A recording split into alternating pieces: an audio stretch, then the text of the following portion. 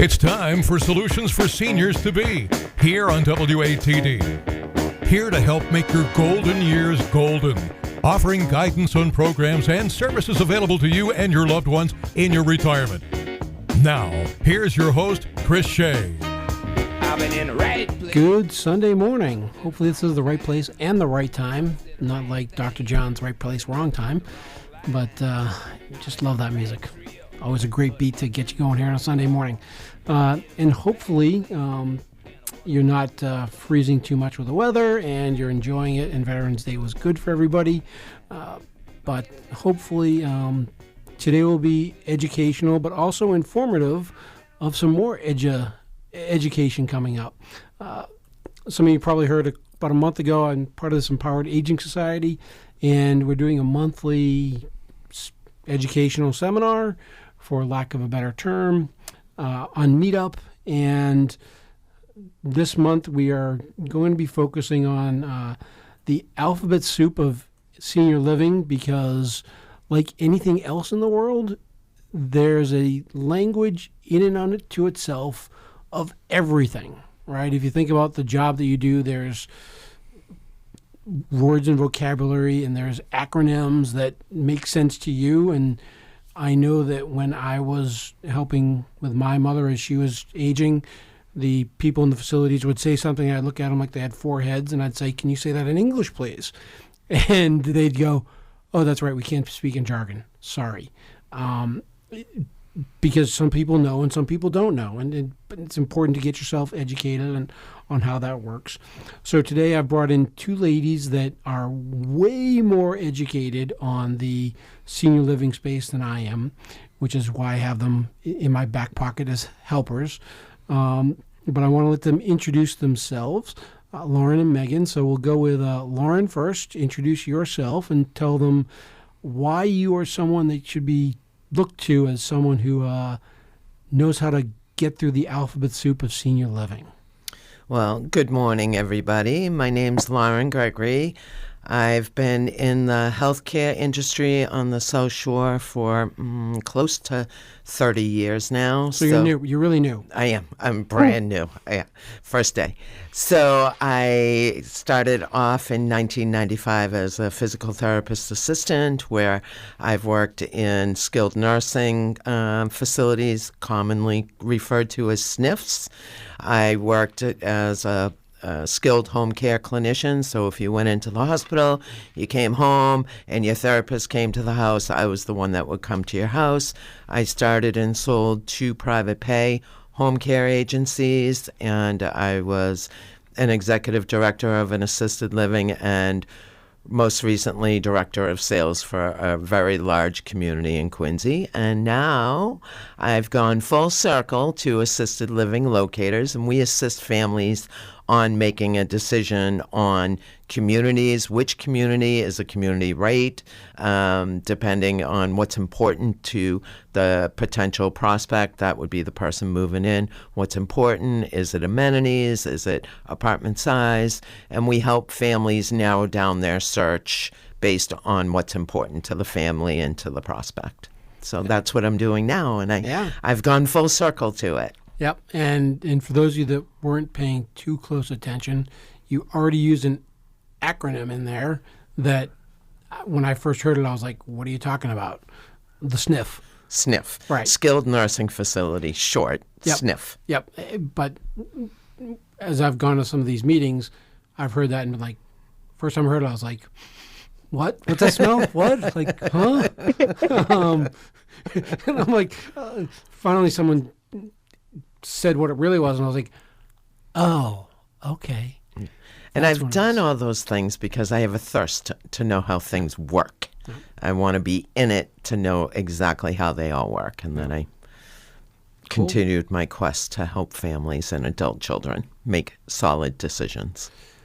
Yep, with all the information you have available. So Meghan's the other person that is helping out with the Empowered Aging Society in the presentation. So Meghan, why don't you introduce yourself? And for the record, Meghan's recovering from a little bout with pneumonia. So if I make her laugh, you might hear her cough. So Hopefully we're not going to do too much of that today. But Megan, why don't you introduce yourself before you start coughing? Sounds like a plan. Yeah, my name is Meghan Fitzpatrick. I am another member of the Empowered Aging Society. I have been working in various types of senior care since I was about 17. So we're going on 20 years now. I started as a CNA in college because, frankly, What's a CNA? I didn't. There you go, certified nurse's aide in college because because I'm a bad bartender and I hated retail. There was no like higher calling, but once I got into it, I just loved it, and I've kind of done nothing but care since. I've worked not as much as Lauren, not as much experience, but I worked in assisted living facilities, memory care communities. I worked in a skilled nursing facility or a SNF. When I first started, I worked in supportive day programs and what we call boarding care homes very briefly, which is a very niche type of care. And, currently I'm working with a home care agency, Amada Senior Care, which I'm loving. I'm 100% with Lauren. It's one of the many reasons I love and respect her is I also think that the best way we can serve the people that we're working with is to kind of know the ins and outs of as much as we possibly can, or failing that, to know the people that know the ins and outs as much as we possibly can, so that when people call and it's something I'm not an expert at, like for instance, finance, Chris, my sort of driving force getting up in the morning, no matter what my job has been, has always just sort of been like, be the best resource that you can for folks. And kind of like Lauren was talking about, in a very different way, but part of the reason, again, that I love everyone that works for this society is that you go and find those people that can really help kind of narrow down what the person calling you needs, and try and get the best picture you can of what their ideal situation is, and then just make that happen. So Great. So one of the things that, and again, I'm going to kind of play the moderator here, I guess, because I'm the one with the least amount of knowledge in the senior space. Seeing I just started kind of working with everybody in the last year or two. One of the things that I've heard is there's a couple of different ways that you can have in-home care done for you, like in-home care service versus, and I forget what the other term is, but there's multiple terms that I've heard about people having care in their home. How are they differentiated? I can elaborate on that a little bit if you'd Great. like, Chris. I would love to, because people hear like you're going to take care of it in the home, but there's lots of ways that can show up. That's true. So the magic word, if Medicare is covering it, so that's usually like a visiting nurses association of some sort, and there's several in the area. And the key word is skilled. So if it's a skilled need, then Medicare will pay for it. And the skill being, it takes somebody who is educated, a nurse, PT, OT, speech, to work with a patient and keep them skilled. So what typically happens is there's goals set, and then the therapists come in and work with the patient to those goals. The patient has to make gains. In other words, a goal might be, will ambulate, which is another term for walk, ambulate 100 feet, okay? And on day one, they just got their hip done, they walk 10 feet. Then day two, they walk 13 feet. That's a gain. So usually there's some type of transfer goal, ambulation goal, a strengthening goal. For OT, it's a dressing goal. OT is occupational therapy. Yeah. I only step in because layman's terms. I know what that means because I've been around it, but a lot of people will be like, OT, and it is Sunday, and we are competing with football. Overtime, right? Right. Like, what does OT mean in this set of circumstances? So, in a nutshell, it takes a skilled person, and those people come in and do their treatments and leave. They don't do blocks of time. They might have a home health aide with the Visiting Nurses Association that may come in a few more days a week to do showers and bathing and things like that. And Medicare will or will not cover it. It depends on what the needs are and the amount of staff that the VNA has. And then there's blocks of time, and I will let Meghan pick up on that because that's her area. See, this is why I have multiple people on. Don't cough. Yeah. So if I'm working really hard at not coughing, and I've been more successful today. So yeah, the block of time working with is usually non-medical, or as Lauren said, like not skilled. So that would be something more like a home care agency, which is a non-medical setup. Those are private pay for the most part, as opposed to a VNA, which is also called a home health agency, which got me very confused when I went to California, but I don't need to confuse it anymore than it already is here in Massachusetts. But sometimes the VNA is also called a home health agency.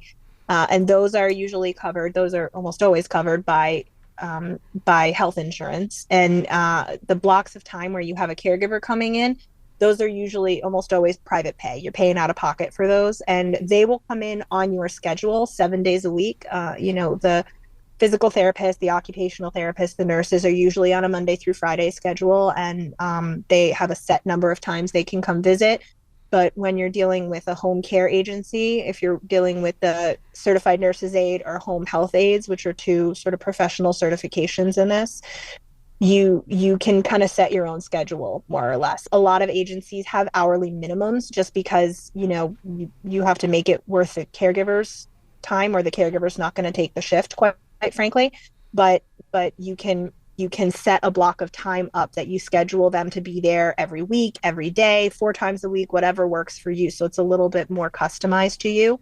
What they cannot do is any kind of skilled, what the state deems to be a skilled nursing need. So that's things like insulin injections a lot of the time, catheter care, that kind of sort of more medical thing. For that, you would need to have, a nurse or a VNA coming in. Some agencies, sorry, Meghan. Some agencies do take long-term care insurance. The private pay ones, some do. I don't know if yours does, Meghan. We do. Well, most of the ones I've come across, they take long-term care insurance. Which is it's just a question of how it gets paid, whether it gets paid directly to the company or it has to go to the person first before it gets paid out.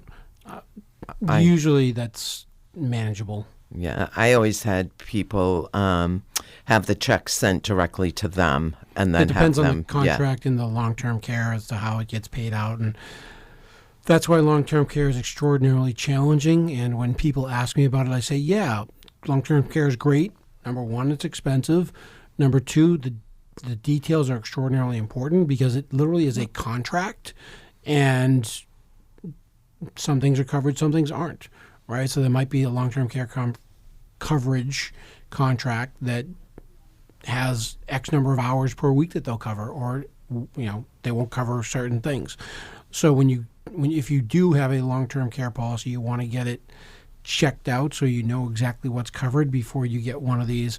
Oh crap, that's not covered. Oh, we thought that was gonna. Yeah, that can be very challenging when you all of a sudden think that something that in some of these services are 45 is probably the minimum per hour, up to $80 per hour in some cases I've heard, for depending upon the skill level. 80 times 4 is $320 right off the bat. If you do that 4 days a week, it's well over $1,200-$1,300. Like, it's not inexpensive. And even before we got in the air, we were talking about pensions, and people have pensions and they're wonderful things. But if you think about a pension of, say, $3,000 a month, that can evaporate in 2 weeks of in-home care. Yeah, it's not cheap. No. It's and it's getting more expensive. Which as a former caregiver, I'm biased on this. It's in a lot of places it's because we're paying our caregivers more, which I think is fair. But the flip side is it's getting just way more expensive for the person receiving care. A year over year, I see it go up. COVID really, in my time. COVID really catapulted that. Yep. Mm-hmm. And we'll get into that. We'll take a short break here, though, and talk about some other things that need to be discussed. Are you fit to retire? I'm Chris Shea, financial advisor with BPS Financial Services in Marshfield. I work with clients to create a 100-day plan that can help get you started so that you can get the most out of your retirement. You've worked your whole life towards your goal of retirement. Let BPS Financial Services put together a plan that will help you enjoy your retirement. Find out how a 100-day plan tailored to you can help you get started in your retirement at fit2retire.com/Chris-Shea. Or call 781-733-5996. That's 781-733-5996. And now for my fast red disclosure, as this has been compliance approved. Chris Shea is a registered representative offering securities and advisory services offered through Cetera Advisor Networks, LLC, member FINRA/SIPC, a broker-dealer and registered investment advisor. Cetera is under separate ownership from any other named entity, located at 752 Ocean Street, Marshfield, Massachusetts, 02050. That's 781-733-5996. And welcome back. Love to hear myself talk about Fit to Retire. But we're not here to promote me. We're here to talk about the Empowered Aging Society with Lauren and Meghan. And we were talking a little bit. They briefly talked about a couple of acronyms, but there's a couple more that I think I know when I heard them, I was like, what? And people just... they roll off the tongue so quickly and effortlessly and easily when you're in the industry. You know, as you said, Lauren, earlier, you went right into sniff. And I know I've talked to Meghan in the past, and she'll be like, sniff this. And I'm like, wait, until I actually knew what it was, I'm like, can you please stop and tell me what a sniff is? But I hear at these meetings, that's an IL, that's an AL. What the heck are they talking about? If somebody hears that, what does it mean, and what should they be taking from that? So an ALF, is an assisted living facility, but they're more like communities than facilities. A facility, when I think of a facility, I think of a SNF or a skilled nursing facility. When I think of an ALF, an assisted living facility, I think of a community. And inside those communities, there's more acronyms. There's IL, that means independent living, where you'd go in under the independent living umbrella. And under these umbrellas are formed by the Commonwealth of Massachusetts, and the communities follow the guidelines for Massachusetts on what they do under each umbrella. So it's not made up facility by facility. No, there's the standards. Commonwealth, right? The Commonwealth of Massachusetts regulates them and tells them what they can and cannot do. So in those communities, there's IL, AL, and MC. So IL is independent living, AL is assisted living, and MC is memory care. And some have all three, some are just independent, some are just assisted, some are independent and assisted, some are assisted and memory care. So, and there's several good ones in the area. There's a lot of good ones in each category. There is. They're all different and unique, Right. in their own way. Some are big, some are small, some, have more activities than others. It just depends on what's important to you. Some have better food than others, although they all strive to have good food. Food is huge. Most of them succeed. Yeah, they do. From my personal experience. I agree. The only thing, and we do a networking group together, and it usually meets at 8:30 in the morning, or 9 in the morning, and I do intermittent fasting, so I try not to eat until noon. We go to these breakfasts, and I went to one this last week, and they had avocado French toast with bacon on it. Ooh. And I was like, Amazing. I just couldn't eat it because I wanted to make sure I didn't eat until noon, but I was like, so tempted. So they do have good food. I will attest to that. Yeah. The spreads they put out are quite amazing. Kudos to the chefs at all the ALFs in the South Shore and throughout Massachusetts, really. Yeah. And I think that's part of invariably when these services come up, the question immediately is, how much does that cost? Mm-hmm. Right? And the reality is there's someone doing the work force to help people, and you're paying for people's labor and time, right? So there is a definite cost to all this, but you've got to weigh the from what I understand, from my experience, you weigh the cost of the program, whether it's the IL, the AL, versus the price that it takes on you to do it yourself, if you're even skilled enough to do it yourself. Well, there's that aspect, and then there's the isolation aspect too. A lot of older folks are hanging on to their homes because they've raised their families in it, and there's a ton of fear with letting go of your family home. And then there's, moving into a community where you have people, you have activities, you have. I'll just use my mother for an example. I use my mother as an example all the time. Don't worry about it. Long story short, my father was gone. I had small kids at the time. We were all very busy, the children. And one day I turned around to her and I said, "You need other people born in 1932. Like, you just do. You just do. I mean, we're great, but you need other people born in 1932. And she equated these communities with facilities, like back in the day where, you literally went in and weaved baskets. So after I showed her a couple, she was like, oh. And so what we did for her was she chose one, and we said, you know what, we're going to move in your stuff, because if there's respite stays, which means a short-term stay, and it comes furnished. But I knew that wouldn't work for her, because if she didn't have her own belongings, she would never feel like it was her home. And it was very important. It's very important for people to understand that even though you're in one of these communities, you're still independent. You can still come and go. You can still have a car. You can still, do everything. Your family can stay over.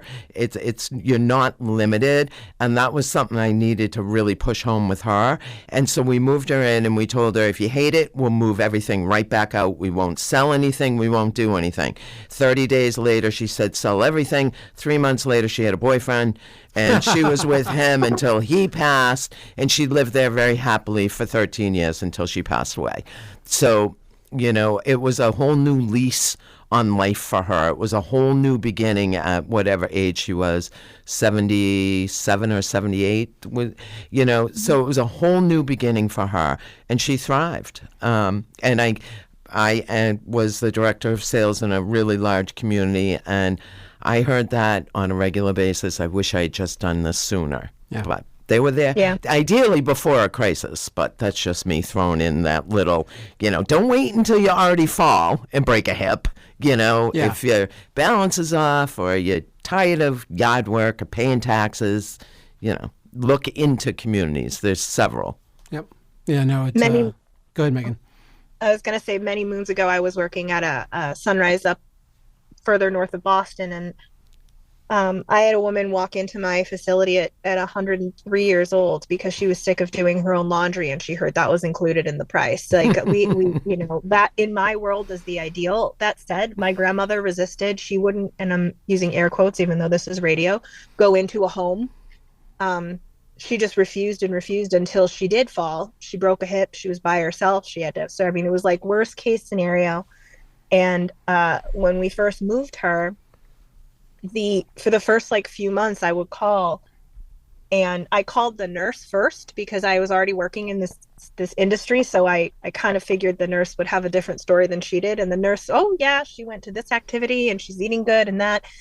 And then I'd call her, and it was, I'm so sad. I'm so lonely. I miss my yard, which she never took care of and never really went out in, but I miss my yard and I miss this. And I felt awful for a month and a half. And then one day I called her, and she said, oh, honey, can I call you back? There's a piano player at happy hour, and I'm going to go with some friends. I choked back tears on the phone. I was like, yeah, give me a call. Cause I had that epiphany of, okay, so she's finally accepted and she's really enjoying it. But another thing, Lauren, you were talking about a new lease on life for the residents, but another thing that I think, I didn't realize until it was happening with me and my grandmother is it also kind of takes some of the stress out of the relationship with the family that's coming in and helping. Definitely. Because you can come in and just the first time I visited my grandmother, At the time, obviously, she was a fall risk. That's how she wound up in there. So she kind of said, "Oh, I have to go to the bathroom," and I kind of autopiloted to go kind of help her to the bathroom, make sure she sat down okay, do all that stuff, and she held up her hand and got like almost like a stopping crossing guard, and just goes, "I have people for that now," and she was so happy about that. Yeah, my grandma was a pistol. I have people for that now, and she pulled the cord, and someone came, and everything, and that was the moment I realized, as much professional experience as I had, that moving someone, either using a home care agency, but also really moving someone, having someone you love move into one of these communities. And I agree, Lauren, I dislike the word facility intensely because I don't feel like it really captures the way that it feels. But moving someone into one of these communities, it also kind of allows the relationships with your loved ones to kind of go back to normal a little, because they're not making sure you have all your groceries, and they're not, checking to make sure that the hot water is still on because the heater's old, or whatever it is. They're just there for a visit, which is Yes. in and of itself I really, became really valuable. I became a daughter again instead of a caregiver. Mm-hmm. Yeah. Exactly. Yeah, and she had a lot of friends. I passed her on 3A, and it looked like a clown car. One day, all the ladies were going to lunch. I'm like, Mom, they have to be able to like buckle the seatbelt. They were sitting on top of each other. I just happened to pass her on 3A. They were going to the Inner Bay Point. A bunch of them all piled into her car, and yeah, that was a little nerve-wracking. But they made it, and they had lunch, and they made it back. So You know what? And that's oh, sorry. I was going to say that's something that communities offer that, frankly, home care really doesn't. Is that social aspect of it. That to me is like a huge piece of the pie for a community. If you're a more social, outgoing person, like my best friend is essentially the human equivalent of a house cat. She doesn't need socialization, but if you're a social person, there's no better place for you in later in life that I can think of than a senior community, because they're it's like a built-in entertainment. Yeah, it's like a cruise ship, a stationary cruise ship.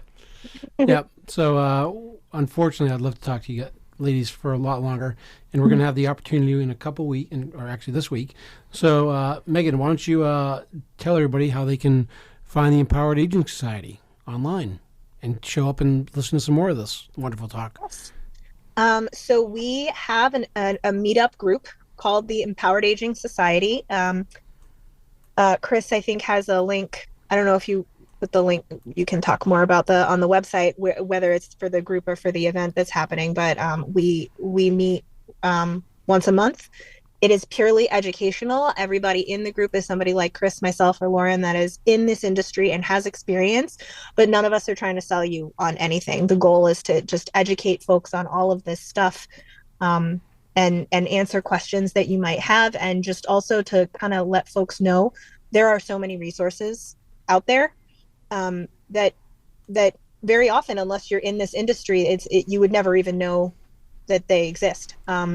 And so just sort of to create a space where folks can reach out to an educational minded expert in this field, and know that we have a network of really great people that we can also reach out to if we're not the ones to help you. If you call one of us, you're calling all of us. Yep. So if you want to get in on that, look us up on Meetup. You go to meetup.com, and then in the search bar, just click Empowered Aging Society. And Chris can talk about the website. I have no technological experience or talent, so the meetup is about as good as I can get. Yep, and that's the best way to do it. And then you'll find the link for the meeting Wednesday night, 5:30 to 7 p.m. Come on in, ask some questions, navigate the alphabet soup, because we touched the surface, but there's a lot that you can get into, and hopefully we'll be able to help you navigate through that. But it is Sunday morning, so the car guy's coming up soon. Thank you all for listening. In the right place, but it must have been the wrong time. I done said the right thing, but it must have used the wrong line. I've been on the right trail, but it must have used the wrong car. Head is in a bad place, and I wonder what's good for. I've been in the right place, but it must have been the wrong time. My head is in a bad place, but it has sprung up in my mind. Just got to give myself a good talking to this time. Just need a little brain salad surgery. I got to cue my insecurity.